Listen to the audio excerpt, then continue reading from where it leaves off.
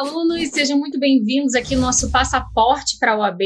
Eu sou a professora Rebeca Eckstein e vou trabalhar com vocês umas dicas de direito empresarial, daqueles pontos que são mais importantes, alguns assuntos recorrentes em prova e outros que têm uma grande probabilidade de cair na sua prova. Lembrando que nós teremos 4 blocos e em cada bloco vamos trabalhar uma parte da matéria. Então, nesse primeiro bloco, a gente vai ver a parte de teoria da empresa, onde a gente estuda a figura do empresário, do estabelecimento empresarial e da Eireli. No nosso bloco de número 2, a gente vai trabalhar as sociedades empresárias.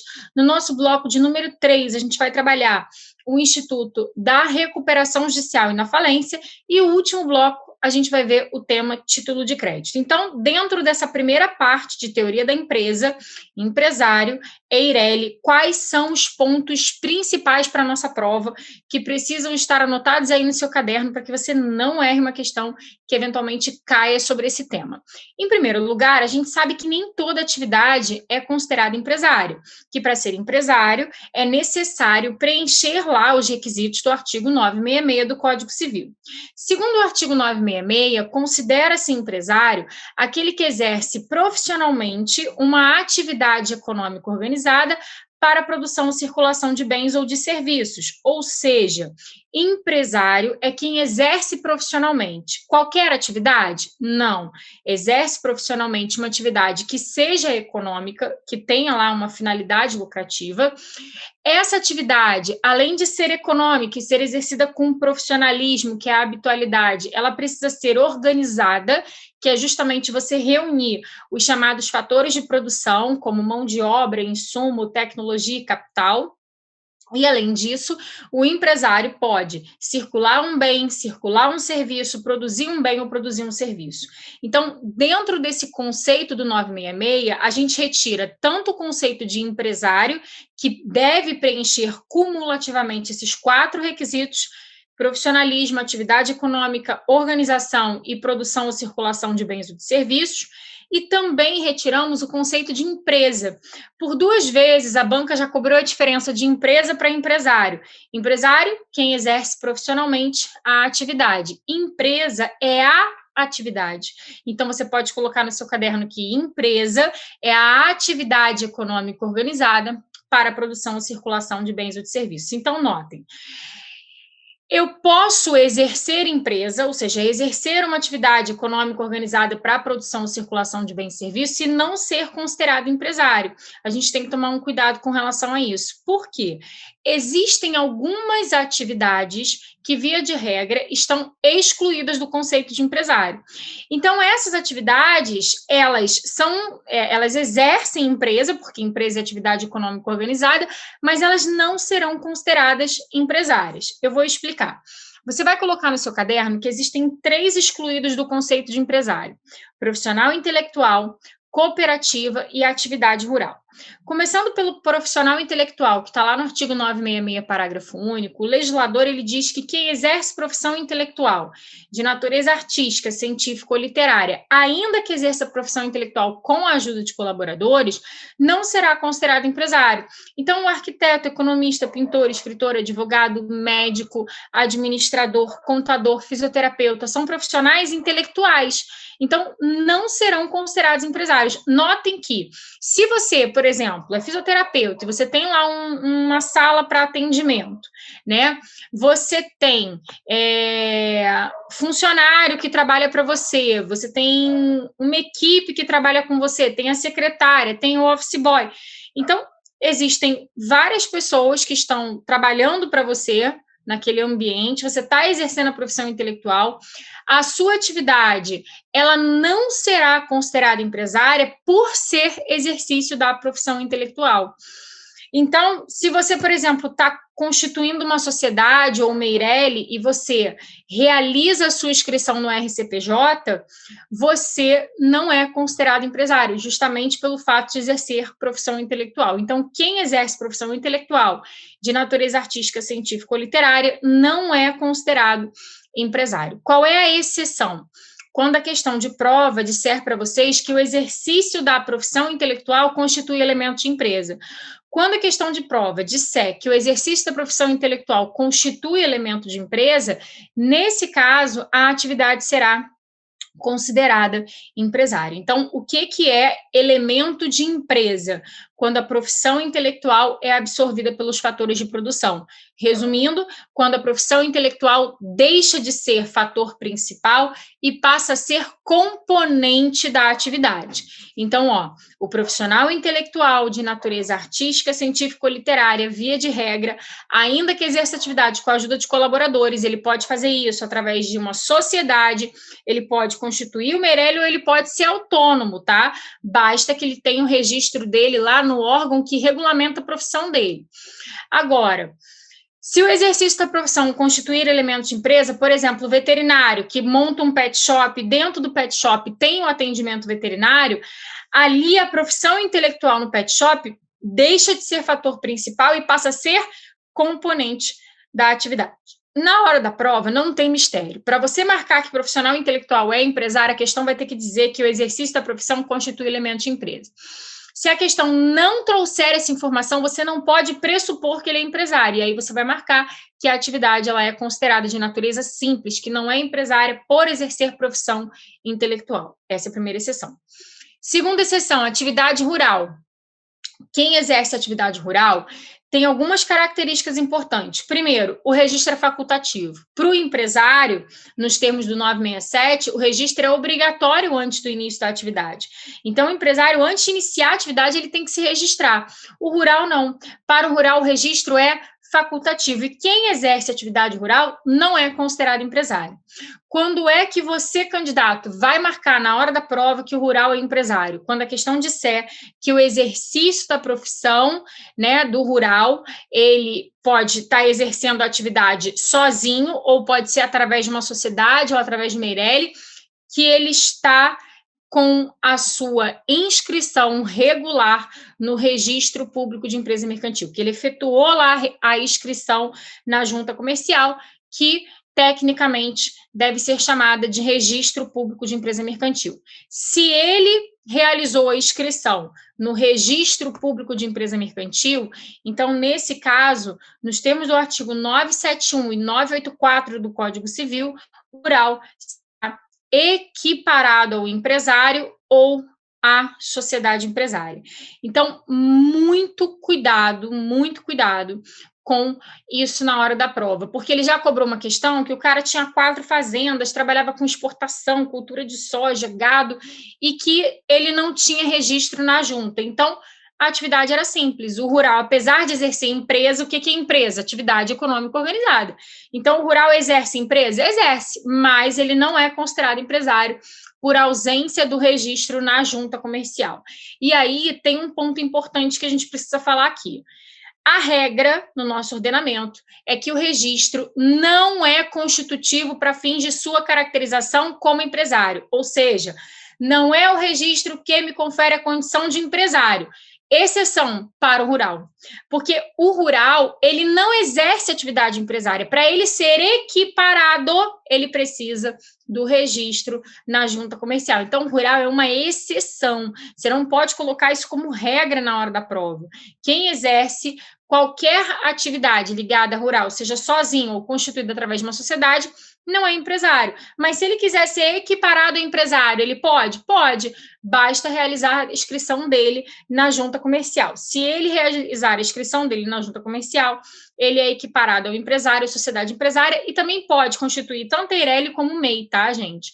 O rural pode ser MEI, o rural pode constituir Eireli, o rural pode constituir sociedade empresária, ou o rural, ele pode exercer atividade sozinho como empresário individual. Nessas hipóteses, tá, em que ele realiza a inscrição dele na junta, para você marcar que o rural é empresário, a questão tem que dizer expressamente que ele tem registro na junta comercial. Então, cuidado, a regra é que o registro não é constitutivo para fins de caracterização como empresário, ou seja, eu não dependo do registro para ser empresário, mas para o rural, ele necessita do registro para ser equiparado. E, por último, também não exerce atividade empresária, via de regra, nós temos as cooperativas. A cooperativa, ela exerce uma atividade de natureza simples. Lá no artigo 982, parágrafo único, ele vai dizer que As cooperativas serão sempre consideradas de natureza simples e as sociedades por ações serão sempre consideradas de natureza empresária, independentemente do seu objeto. Então, é uma exceção à regra. Por quê? A regra é que eu olho para o objeto para definir se a atividade é simples ou empresária. No caso das cooperativas, a lei fala que, independentemente do objeto, assim como as sociedades por ações serão sempre empresárias e as cooperativas serão sempre de natureza simples, tá? Então, cuidado. As cooperativas serão sempre de natureza simples e as sociedades, as sociedades por ações serão sempre de natureza empresária, que é a SA e a sociedade em comandita por ações. Muita atenção, então, a essas 3 exceções. E quanto ao empresário individual, professor, o que eu tenho que focar? O que é importante que pode estar lá na minha prova? O empresário individual é a pessoa física, cuidado, que exerce profissionalmente a atividade. Então, em seu nome, né, exerce profissionalmente a atividade.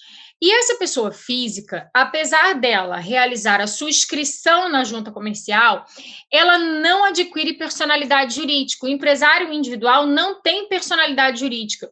A personalidade jurídica é um instituto criado para as sociedades empresárias e para a Eireli, para a pessoa jurídica. Então, toda a Eireli ou toda sociedade que realiza a sua inscrição lá no órgão competente, ela vai adquirir personalidade jurídica própria, mas o empresário individual não, porque ele é pessoa física, então para a pessoa física não tem personalidade jurídica. E por que eu estou falando isso? Porque todo mundo acha que pelo fato do empresário individual ter um CNPJ, Cadastro Nacional de Pessoa Jurídica, que ele é uma pessoa jurídica, mas ele não é, ele é pessoa física que exerce profissionalmente a atividade, tanto que o patrimônio do empresário individual, ele não é separado do patrimônio dele como pessoa física, o patrimônio é único.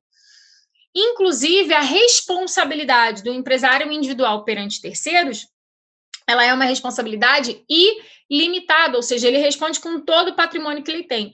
Claro que, né, a gente tem um enunciado importante que fala que primeiro serão exauridos os bens, né, que o empresário utiliza para a consecução do objeto, para depois se atingir o patrimônio pessoal. Mas a responsabilidade dele é uma responsabilidade ilimitada, o que significa dizer que ele responde perante os credores com todo o patrimônio que ele possui. E qualquer pessoa pode exercer atividade como empresário individual? Segundo o artigo 972, somente pode exercer atividade como empresário individual aqueles que estiverem em pleno gozo de sua capacidade civil e não tiverem impedimento. O que significa estar em pleno gozo de sua capacidade civil? Estar em pleno gozo de sua capacidade civil é estar apto a exercer todos os atos da vida civil, que normalmente você adquire com a maioridade. Então, quando você adquire a maioridade, você está apto a exercer todos os atos da vida civil e, consequentemente, exercer atividade como empresário individual. Além disso, você não pode ter nenhum tipo de impedimento. A lei traz alguns impedimentos para ser empresário individual. Por exemplo, o servidor público, o militar na ativa, as 3 forças, aquele condenado por crime falimentar não reabilitado, o falido não reabilitado, deputado estadual, deputado federal, vereador, né, membro da magistratura, da procuradoria. Por quê? Porque são atividades que exigem, né, do indivíduo que eles exerçam aquela atividade pessoalmente. Então, se o empresário individual é quem exerce profissionalmente a atividade, como é que eu, como juíza, por exemplo, vou conseguir exercer concomitantemente a minha atividade como juíza e cumular com a minha empresa, né? Ser empresária individual? Não é possível, é incompatível. Mas tem que tomar cuidado, porque esses impedimentos são para exercer atividade como empresário individual, não tem nada a ver com sociedade. Juiz pode ter ações, por exemplo, na Petrobras ou em qualquer sociedade anônima? Pode, né? Porque ele não precisa estar lá na empresa praticando os atos diariamente, como acontece com a figura do empresário individual. Então, já caiu em prova servidor público, já caiu em prova militar na ativa, Tem os condenados por crime falimentar não reabilitados, falidos não reabilitados, aqueles que, por causa transitória permanente, não puderem exprimir sua vontade, são os relativamente incapazes, não se enquadram em impedimento, e sim em proibição. Né? Os pródigos são relativamente incapazes, não se enquadram em impedimento, e sim em proibição. Os absolutamente incapazes, que são os menores de 16, não se enquadram em impedimento, se enquadram em proibição. Vocês conseguem visualizar a diferença? Proibição é porque ele não tem capacidade. Artigo 4º e artigo 5º. Impedimento é porque a lei impede que ele exerça atividade em razão do cargo que ele ocupa. Então, são duas questões completamente distintas e a banca já cobrou todas duas em prova. Então, por isso que a gente tem que ter uma certa atenção. Então, aqueles que têm impedimento, né, não poderão exercer a atividade como empresário individual. E se exercer, professora? Porque a juíza, mesmo sabendo que ela não pode, ela não tem registro na junta, mas ela vai lá e abre um restaurante no nome dela. Só que ela não realiza o registro, mas ela abre e começa a exercer atividade. Para ser empresário, tem que exercer profissionalmente uma atividade econômica organizada para a produção e circulação de bens ou de serviços. Então, notem que nessa situação, né, o empresário, ele depende desse preenchimento desses requisitos, e não do registro. Então, a juíza poderia, concomitantemente, estar exercendo atividade própria de empresário. E aí, nesse caso, o legislador, já pensando nessa possibilidade que poderia existir, né, colocou lá no artigo 973 a regra de que aquele que tem impedimento se exercer a atividade responderá pelas obrigações que forem contraídas. E pode, inclusive, gente, ser declarado falido, tá? Então, responde pelas obrigações que forem contraídas, podendo, inclusive, ser declarado como falido. Bom, outra coisa importante com relação ao empresário individual. Aqueles que são considerados relativamente incapazes e absolutamente incapazes são proibidos de iniciar uma atividade como empresário por ausência de capacidade. Mas a lei autoriza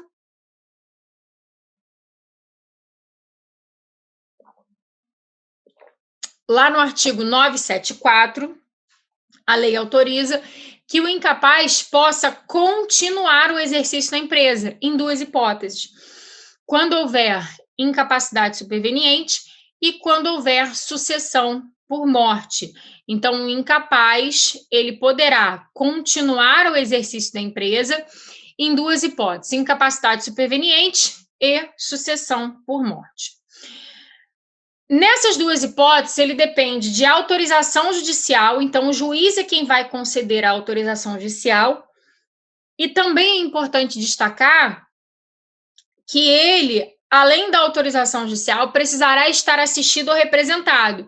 O absolutamente incapaz precisa estar representado, que são os menores de 16, e os relativamente incapazes precisarão estar assistidos. Tá? Então, relativamente incapaz representado e absolutamente incapaz representado, relativamente incapaz assistido, tá? E, além disso, os bens que o incapaz possuía, estão lá no artigo 974, parágrafo 2º, eles não ficarão sujeitos ao resultado da empresa. Então, os bens particulares não ficam sujeitos ao resultado da empresa. Esse é outro ponto também importante para a gente destacar. E mais, né, o que já caiu aí como gabarito de prova 4 vezes? O 975. O 975, ele diz que se o representante ou o assistente do incapaz for uma pessoa que, por disposição de lei, tem impedimento para ser empresário, vai ter que nomear, com a aprovação do juiz, um ou mais gerentes. Então, se eu, por exemplo, sou empresária individual, venho a falecer, meu filho vai herdar a empresa por herança, que é a sucessão por morte, né? Nesse caso, meu filho vai herdar a empresa por herança, mas ele tem 2 anos e meio, então ele vai ser representado por alguém. E quando o juiz conceder a autorização para a continuação do exercício da empresa, o que o juiz vai fazer? O juiz vai listar os bens particulares do meu filho, né, do incapaz, e esses bens não ficarão sujeitos ao resultado da empresa. Então, o juiz irá listar os bens particulares e esses bens não ficarão sujeitos ao resultado da empresa. Tá ok? Isso é importante também, já caiu algumas coisas, já caiu algumas vezes. E aí, nesse exemplo, que meu marido vai ser o representante do meu filho, o meu marido, ele é servidor público. Então, se ele for servidor público, o que ele vai ter que fazer?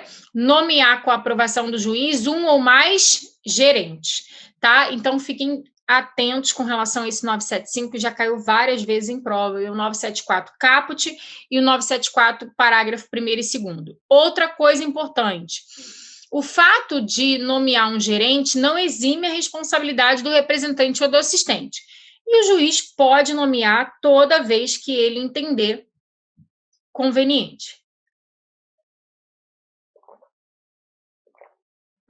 Agora, quanto à Eireli, né, vamos falar um pouquinho da empresa individual de responsabilidade limitada. A Eireli, ela surgiu no nosso ordenamento para possibilitar que uma única pessoa pudesse ser titular da totalidade do capital, exercer atividade através de uma pessoa jurídica sem a necessidade de sócios. Quando a Eireli surgiu, a gente não tinha ainda a sociedade unipessoal no nosso ordenamento. Então, a pessoa física ou a pessoa jurídica poderia constituir uma Eireli sem a necessidade de sócio, o que era muito bom, né? Já que a gente sabe que existia uma quantidade de sociedade com sócio laranja muito grande no nosso ordenamento e que as pessoas eram compelidas a abrir esse tipo de sociedade, a constituir esse tipo de sociedade, trazendo para a sociedade um sócio laranja que nem faz parte da sociedade, mas que está ali, né, na sociedade justamente para compor a pluralidade de sócio. Então, a Eireli, ela é instituída por uma única pessoa, que pode ser uma pessoa física ou jurídica, que vai ser detentora da totalidade do capital social.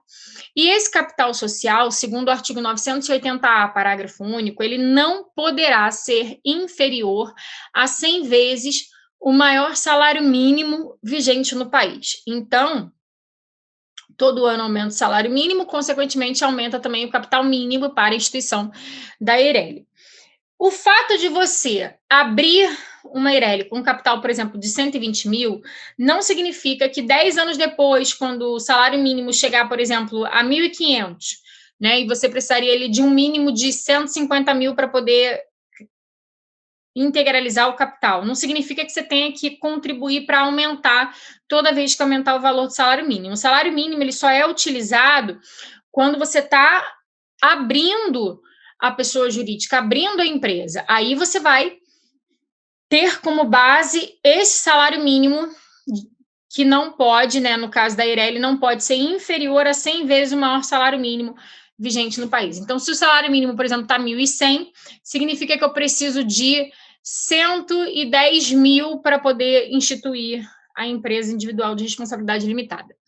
E outra coisa importante, a pessoa natural que instituir a Eireli só pode figurar numa única modalidade dessa empresa. Então, eu, Rebeca, posso criar uma Eireli, mas eu não vou poder criar outras empresas como Eireli, porque o artigo 980-A, parágrafo 2º, veda que a Eireli seja instituída, né, por pessoa natural, por mais, né, possa ser instituída outras Eirelis por pessoa natural. Com relação à pessoa jurídica, não tem restrição, né? A pessoa jurídica pode criar 1, 2, 3, 4, 5, enfim, 6, quantas ela quiser. Agora, a pessoa natural tem restrição, só pode ter uma única empresa dessa modalidade no seu nome. Outra coisa importante, nome empresarial. Na Eireli, o nome empresarial pode ser uma firma ou uma denominação. A firma traz o nome civil e a denominação traz a designação mais precisa do objeto. Então, a Eireli pode adotar tanto firma como denominação, mais a expressão Eireli ao final do nome empresarial. Outra peculiaridade importante com relação à Eireli é que ela pode ser constituída para a prestação de serviços de qualquer natureza, decorrente da remuneração do direito de voz, de imagem, que seja o detentor a pessoa jurídica, está lá no 980-A, parágrafo 5º. Então, posso criar a Eireli para prestação de serviços de qualquer natureza. E outra coisa importante também é que a Eireli, ela pode ser originária, quando ela nasce como uma empresa individual de responsabilidade limitada, ou ela pode ser derivada, quando ela resulta da concentração das cotas de uma sociedade num único sócio, que é a hipótese do artigo 980-A, parágrafo 2º, tá? Parágrafo 2º não, perdão, parágrafo 3º. E para a gente fechar aqui o nosso tema Eireli, para o nosso próximo bloco para falar de sociedade, a Eireli ganhou um parágrafo 7º com a Lei 13.874 de 2019, que agora ela diz que o patrimônio da Eireli não se confunde com o patrimônio do instituidor, né? Ressalvada a hipótese de fraude. Então, eu tenho o patrimônio da Eireli e tenho o patrimônio do instituidor. Em hipótese alguma, esse patrimônio vai se misturar, se confundir, né? Ressalvada a hipótese de fraude, em que eu posso ter a desconsideração da personalidade jurídica para atingir aí o patrimônio pessoal do instituidor. A regra é, se a pessoa jurídica tem bem suficiente para pagamento dos credores, né? Ou, ainda que ela não tenha, se não foi praticado nenhum ato de fraude, o instituidor não vai responder com o seu patrimônio pessoal. E como o capítulo de Eireli é muito pequeno, porque tem pouquíssimos parágrafos, a gente aplica a Eireli nos termos do parágrafo 6º do 980-A, a gente aplica a Eireli às disposições de sociedade limitada. Cuidado, não é sociedade simples, é sociedade limitada. E lembrando também, é importante aqui, que a Eireli, como é uma pessoa jurídica, ela precisa de um administrador. O administrador da Eireli pode ser o próprio instituidor ou terceiro, e, via de regra, o administrador não responde pelos atos regulares de gestão. A responsabilidade é da pessoa jurídica. O administrador só vai responder quando ficar comprovado que ele agiu com dolo ou com culpa no desempenho de suas atribuições. Então, agiu com dolo, com culpa, agiu contrário à lei ou contrário ao contrato, nessas situações específicas, ele poderá ser responsabilizado, então, pessoalmente por esses atos que foram praticados, tá? Vamos fechar aqui o nosso primeiro bloco e no próximo bloco a gente volta com o tema direito societário.